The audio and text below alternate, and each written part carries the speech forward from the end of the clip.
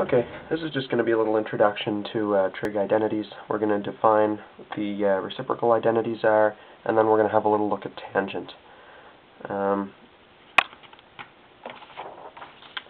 Okay, so right off, we'll say that 1 over sine x equals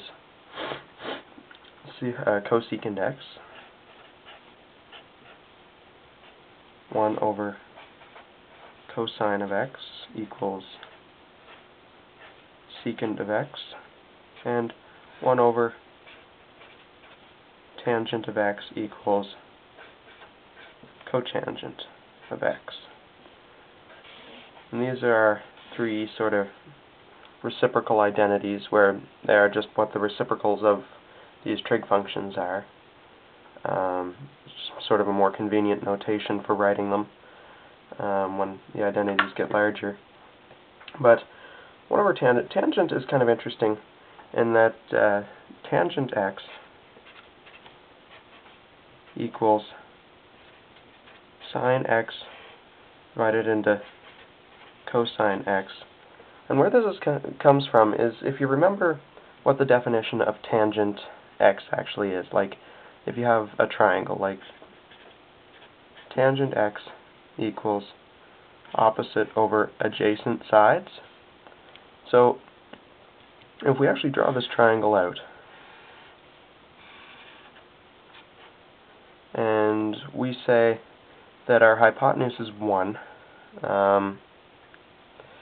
and we label this is our angle x, and this is going to be our opposite side, and this is going to be our adjacent side, then if we solve for sine of x is going to equal opposite over hypotenuse, which is just 1, so sine x equals O.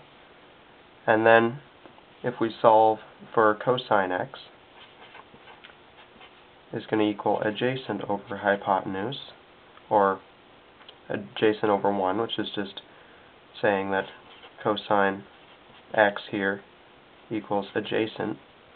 So again, we can relabel these sides. We can call this one cosine x, and we can call this one sine x. And then, if we were solving for tangent, we'd either take the opposite and adjacent sides and divide them, or we can, in this case, take the sine and the cosine of angle x and divide them to find tangent.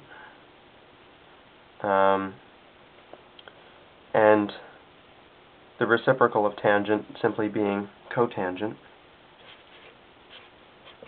is going to equal cosine x over sine x, just being the opposite. So these are all the sort of identities you'll need to know, the reciprocals and the tangent ones, in order to make simplifying trig identities a lot easier. For